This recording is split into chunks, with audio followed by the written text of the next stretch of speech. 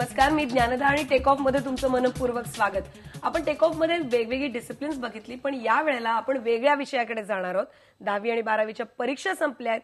पुढचे 2 महिने तुमच्यापैकी अनेक जण करिअरचे वेगवेगळे ऑप्शन्स निवडतील, पण या पर्यायांकडे बघायचं कसं, यासाठी आपला टेक ऑफ आहे. म्हणून आपला विषय आहे पर्याय करिअरचे.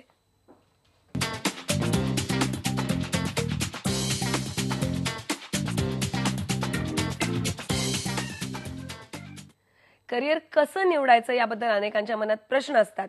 बहुतेकदा आपण जे ऐकीव असतं त्यानुसार जे समोर दिसतं त्यातनं 1, 2, 3 पैकी एखादा पर्याय निवडतो. पण यापेक्षा वेगळं, आवडीचं, मनापासून ज्याच्यामध्ये आपला जीव लागेल असं काहीतरी करायचं असेल आणि आयुष्यात आपल्याला तेच करत पुढे जायचं असेल, यशस्वी व्हायचं असेल, तर आपल्या करिअरची आखणी करावी लागते. त्यासाठी विशेष गोष्टींची काळजी घ्यावी लागते. आमची रिपोर्टर प्रीती खाननी बनवलेला एक रिपोर्ट आपण छोटासा बघूयात. करिअर शोधताना सर्वात महत्त्वाच्या 2 गोष्टी आहेत आणि दुसरं म्हणजे नोकरी की व्यवसाय. यात प्रथम प्राधान्य आहे ते शिक्षण कुठलं घ्यावं याला. त्यासाठी करिअर काउन्सिलिंग संस्थेची मदत घ्यावी. तसंच ठिकठिकाणी राज्य शासनाच्या व्होकेशनल करिअर गायडन्स संस्थाही आहेत, त्यांची मदत घ्या. करिअर संबंधीची पुस्तकं बाजारात मिळतात. तसंच वृत्तपत्रांच्या पुरवण्यात करिअर विषयीची माहिती येते. इंटरनेटवरही करिअर विषयीची माहिती ऑनलाईन मिळते. टीव्ही चॅनल्सवरही करिअर संबंधीचे कार्यक्रम असतात. आणि सर्वात महत्त्वाचं म्हणजे करिअर मार्गदर्शकांचे सल्ले घ्या. त्यामुळे कुठलंही करिअर निवडताना पहिले 2 घटक जे येतील ती म्हणजे त्या करिअरसाठी लागणारी क्षमता आणि दुसरी मला त्याच्याविषयी असलेली आवड. सर्वात शेवटी माझी जी सामाजिक परिस्थिती आहे, माझे आई वडील आहेत, माझे कुटुंबीय आहेत, त्यांचा सुद्धा विचार काही प्रमाणामध्ये या गोष्टीबद्दल घेणं अतिशय आवश्यक असतं. त्याचं कारण असं आहे की त्यांच्याच मदतीने काही वेळेला आपल्याला हा मार्ग पुढे न्यायला लागतो. मग त्यामध्ये फायनान्शियली मला तो करिअर ऑप्शन जमेल का, जमणार नसेल तर अशा पद्धतीचं काही अनुदान घेणं शक्य आहे का, किंवा अशा स्कीम्स गव्हर्नमेंटच्या मार्फत किंवा प्रायव्हेटली शक्य आहेत का, याचा विचार करायला लागतो. एकदा डिग्री कुठली घ्यायची हे ठरल्यावर नोकरी करायची की व्यवसाय याचं उत्तर शोधणं सोपं होतं. व्हिडिओ जर्नलिस्ट मनोज दिवेकरसह प्रीती खान, IBN लोकमत, मुंबई. आणि या पर्याय करिअरचे या कार्यक्रमात तुम्हाला जर काही प्रश्न असतील आणि तुम्ही जर काही ऑप्शन शोधत असाल, तुम्ही आता फोन करू शकता. आमचा नंबर आहे 02266899204 02266899204 या क्रमांकावर तुम्ही आम्हाला फोन करू शकता. आणि या संदर्भात बोलायला आपल्यासोबत अत्यंत मान्यवर गेस्ट आहेत बाळ सडवेलकर. नमस्कार सर, IBN लोकमत मध्ये तुमचं स्वागत. तुमची अनेक पुस्तकं आम्ही वाचलेली आहेत करिअर बद्दलची आणि गेली कित्येक वर्ष एक सामाजिक कार्य म्हणून तुम्ही या करिअर काउन्सिलिंग क्षेत्रामध्ये आहात. तुम्ही आज हे ऑप्शन्स कसे निवडायचे याबद्दल आम्हाला सांगा. पूनम घाडीगावकर, दिशाचं पूर्ण काम जे आहे ते या करिअर मार्गदर्शनाचं आहे, तिथे आपण काम करता. तुम्ही आज आमच्या कार्यक्रमात आलात त्याबद्दल मनपूर्वक धन्यवाद. पहिला प्रश्न मला तुम्हाला विचारायचा आहे आणि या ऑप्शन्स बद्दल आपण बोलतोय की करिअर आता 12वीच्या परीक्षा संपल्या आहेत आणि त्यामुळे एक पुढे काय करायचं याबद्दल एक उत्सुकता सतत मनात असते. कशी सुरुवात करायची यासाठी? मी या सगळ्या विद्यार्थ्यांना पहिल्यांदा एक सूचना देतो की ही सुट्टी तुमची नाही. या सुट्टीत तुम्हाला तुमच्या संपूर्ण आयुष्याचं एक प्रचंड असं बस्तान त्या ठिकाणी बसवायचं आहे आणि म्हणून पहिल्यांदा स्वतःला ओळखता आलं पाहिजे.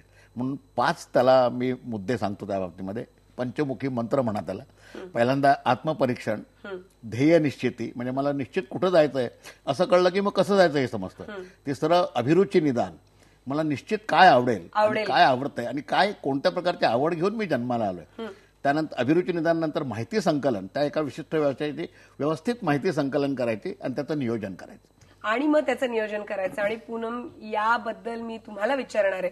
माहिती संकलन आपल्याला अगदी 2 छोटे शब्द वाटतात, पण इतके सध्या करिअरचे ऑप्शन्स आहेत आणि इतके लिमिटेड गोष्टी विद्यार्थ्यांना माहिती असतात. हे एक्सपोजर त्यांनी कसं मिळवायचं, तुम्ही काय त्यांना सांगता? ॲक्च्युली सर्वसाधारण माहिती आपण पेपरमध्ये लेख वाचतो, बऱ्याचसे आर्टिकल, यामध्ये आपल्याला बरंचसं करिअरबद्दल माहिती मिळत असते, पण नक्की आपल्याला कोणतं जमणार आहे हे कळत नसतं मुलांना. बऱ्याचदा आपण पाहतो की मुलं, कोणी डॉक्टर दिसला तर मला डॉक्टर व्हायचं आहे, इंजिनियर दिसला इंजिनियर व्हायचं आहे, कोणी एखादा आता मागे एक आतंकवादी आपल्याकडे झालंच आहे, खूप हे झालं, तर मध्येच मला कमांडो आणि आर्मी जॉईन असं बऱ्याच मुलांचं पाहिलं होतं. पण ते एक तात्पुरतं असतं. आणि मी असं म्हणेन की 10वीची मुलं किंवा 12वीची मुलं, त्यांना इतकं सगळं माहिती नसतं की खरंच आपल्याला काय जमता येते. आपल्याकडे मुंबईसारख्या ठिकाणी बऱ्याच संस्था आहेत ज्या ॲप्टिट्यूड टेस्ट करून घेतात. त्यांच्यामार्फत जर काही टेस्ट केल्या, म्हणजे सगळ्यांमध्ये काही ना काही मुळतः क्षमता असते, कमी जास्त प्रमाणात प्रत्येकामध्ये असते. त्याप्रमाणे ते जे काउन्सिलर असतात, सायकोलॉजिस्ट असतात, ते तुम्हाला सुचवतात काही करायचं ते.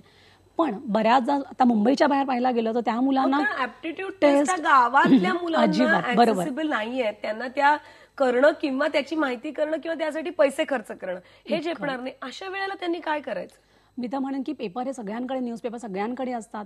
बऱ्याच म्हणजे अगदी वर्षभर आर्टिकल चाललेले असतात खूप पेपरमधून, अगदी म्हणजे सगळे मराठी, इंग्रजी. त्यामध्ये सध्या तर प्रवेश परीक्षा सगळीकडे लागतात, त्याच्याबद्दलही माहिती असते की कोणती प्रवेश परीक्षा कधी येणार आहे, कधी एक्झाम होणार आहे, कधी फॉर्म भरून द्यायचे, कसे दिले गेले पाहिजे, अभ्यास कालावधी किती दिवसांचा असतो, किती मार्क, किती पेपर असतात, हे सगळं डिटेल असतं. तर मी म्हणेन प्रत्येकाने आवर्जून न्यूजपेपर बघावं. हे सगळं वाचलं पाहिजे. म्हणजे 12वीचा आणि 10वीचा अभ्यास करताना आम्ही फक्त 21 क्वेश्चन आन्सर्स वरती पण एक असतो. गोष्ट मी आणखी सांगू आपल्याला इच्छितो की ग्रामीण भागातल्या विद्यार्थ्यांना कदाचित मुंबई, पुणे, सोलापूर, सांगली, कोल्हापूर सारख्या एक्झॉस्टिव्ह टेस्ट देता येणार नसतील, पण प्रत्येक जिल्ह्याच्या ठिकाणी शासनाचं व्यवसाय मार्गदर्शन केंद्र नक्की आहे. बरोबर.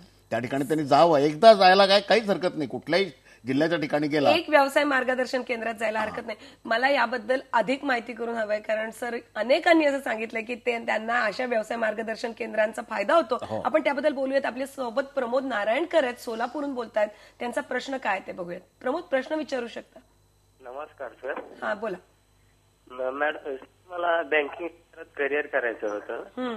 तर जास्तीत जास्त प्रश्न हे म्हणजे लेटेस्ट करतात, तर त्याच्यामध्ये कोणत्या गोष्टीचा अभ्यास करून त्यात. प्रमोद, तुमचा फोन कट होतोय, सरळ ऐकू येत नाही. तुमच्याकडचा टीव्ही तुम्हाला बारीक करावा लागेल जर तुम्हाला प्रश्नाचं उत्तर पाहिजे असेल तर. हॅलो. हा, बोला. जेणेकरून मला बँकेत क्षेत्रात करिअर करायचं होतं. बरं. तर ते प्रश्न जेणेकरून जास्त लेटेस्टच विचारतात, तर त्याच्या संबंधी चांगले पुस्तकं कोणते वापरावी? ठीक आहे प्रमोद, ठीक आहे, थँक्स. तुम्हाला ऐकू बँकिंग बद्दल विचारत होते. बँकेत त्यांना प्रवेश घ्यायचा आहे. हा. आता बँकिंगचं क्षेत्र हे कॉमर्सशी निगडीत आहे. म्हणजे कॉमर्सचं पहिलं ज्ञान घेणं, बीकॉम पर्यंत घेणं, आणि बीकॉमच्या शेवटच्या वर्षाला अकाउंटन्सी ऑडिटिंगच्या ऐवजी इन्शुरन्स आणि बँकिंग असं स्पेशलायझेशन करायचं. आणि मग कुठल्याही बँकेच्या प्रवेश परीक्षेला बसायचं, इंटरव्ह्यू द्यायचा आणि बँकेत जायचं. बँकेत गेल्यानंतर CIIBच्या प्रमोशनच्या परीक्षा असतात, त्या बँकांशी कनेक्टेड असतात, की मग त्या मार्गाने ते नॅशनलाइज बँकांना. पण म्हणजे बँकिंग आणि इन्शुरन्स सेक्टर याच्याकडे लक्ष द्यायला पाहिजे, जायला पाहिजे. आपल्या सोबत बीडहून अशोक आठवले आहेत. काय प्रश्न आहे अशोक, विचारू शकता? मॅडम, पहिल्यांदा तुमच्या चॅनलला मी 1 वर्षाच्या पदार्पणाबद्दल शुभेच्छा देतो. धन्यवाद. असे वेगवेगळे कार्यक्रम तुम्ही आयोजित करताय. माझा प्रश्न असा आहे की मॅडम, तुम्ही जे प्रमुख पाहुणे बोलवले त्यांच्यासाठी थेट तुम्ही करिअरच्या पर्याय शोधताना खास या कार्यक्रमातून पुढचे करिअर अपंग व्यक्तींना कुठल्या प्रकारे निवडावेत आणि त्यांना कुठल्या प्रकारे यश येईल असे करिअर तुम्ही सांगावेत असं अपेक्षा आहे माझी. थँक्स. अतिशय नेमका प्रश्न आहे आणि हा विशेष आहे, कारण अपंग असल्यामुळे सगळी करिअर्स जशी एखाद्या डिफरंटली एबल्ड व्यक्तीला ती तशी नसतात, त्यांना करता येत नाही. कोणती काही तुम्ही सांगू शकाल का? आपल्याकडे म्हणजे डिपेंड्स कशावर त्यांचं हँडिकॅप आहेत किंवा कशावर ते चॅलेंज आहेत. फिजिकली चॅलेंज आहेत का मेंटली चॅलेंज पण असतात किंवा त्यांना खरंच एखादं शारीरिक गतिमंद, स्लो लर्नर असू शकतात वगैरे. तर ते आपल्याला आधी बघावं लागेल. आणि आपल्याकडे अशा संस्था आहेत की अशा विद्यार्थ्यांसाठी की अशा लोकांसाठी पण आपल्याकडे इन्स्टिट्यूट आहेत, त्यांना तसं ट्रेनिंग दिलं जातं. म्हणजे अगदी मेणबत्ती तयार करणं म्हणा किंवा जयपूर फूट असतात तशाबद्दलचं ट्रेनिंग असतं. सो बरेच असे काही छोटे छोटे कोर्स असतात, त्यांना तिथे इन्स्ट्रुमेंट शिकवले जातात. 2 तर आपल्याला कायम माहिती असतात, आलियावर जंग सारख्या किंवा नॅब सारख्या. परंतु इतर काय व्यावसायिक शिक्षण अशा मुलांनी जरूर घ्यावं. आता फिजिकल हँडिकॅप त्यांचा कोणत्या प्रकारचा आहे आपल्याला कळायला मार्ग नाही, पण संपूर्ण ब्लाइंड असलेली व्यक्ती लिफ्ट ऑपरेट करू शकते. संपूर्ण ब्लाइंड असलेली व्यक्ती फार्मास्युटिकल कंपनीमधलं छोटं छोटं पॅकेजिंग करू शकते. आणि मी त्या कंपन्यांमध्ये करिअर केलेली आहे. अशा ठिकाणी त्यांची प्रोडक्टिव्हिटी इतर मुलांच्यापेक्षा मला चांगली वाटली खरोखर.